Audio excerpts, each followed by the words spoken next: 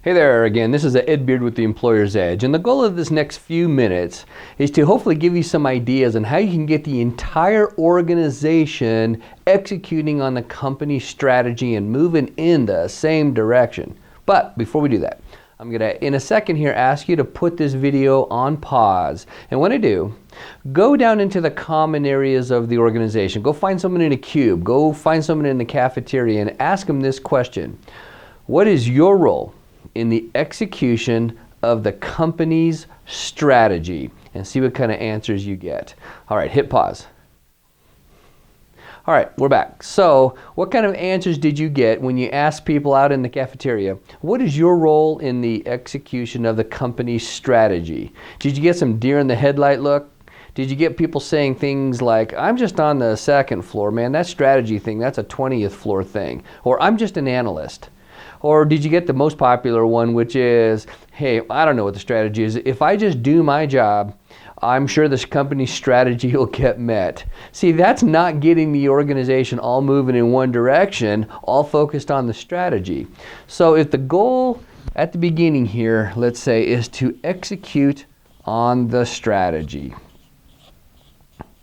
how are you going to do that? How are you going to get people to all get so focused on that strategy that it is actually getting implemented? Because people at the bottom of the ladder, as we would say, in the organization, they're the implementers. They're the ones that have to get this all done.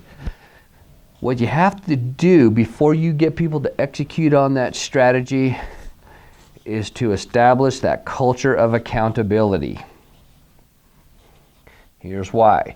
The execution is going to be predicated on the level of accountability people have. What are people actually accountable to? The strategy? No. But what they are accountable to are individual goals and departmental goals that tie into that strategy. And that's how you get people accountable to the strategy, is by getting them accountable to their specific goal that helps that strategy come to life. And so what we do is we take a team approach in our strategy management for teams program, and we get people to develop their individual goals. We get them developing their departmental goals, all based around the organization's strategy. And we even have people develop that strategy as in teams, because once you do that, you get buy-in. And once people buy in, they will become accountable because they know what their role is and they're excited about their role. But you got to get them to buy in before they'll become accountable, before you can execute on that strategy. And we get people to, in teams, we get them to list the top excuses that they're going to come up with as to reasons why they can't execute on the strategy. And then we take those excuses they come up with and we pull them off the table. They're no longer allowed. And so once those excuses are identified and no longer allowed, they're no longer inhibitors to the execution on the strategy. Here's the thing. Accountability is going to be predicated on the effectiveness of the communication in the organization. Got to go after communication if you want accountability to happen. See, accountability is all based on communication if you really think about it. So what we do is we know the top 21 communication challenges that are present in all organizations.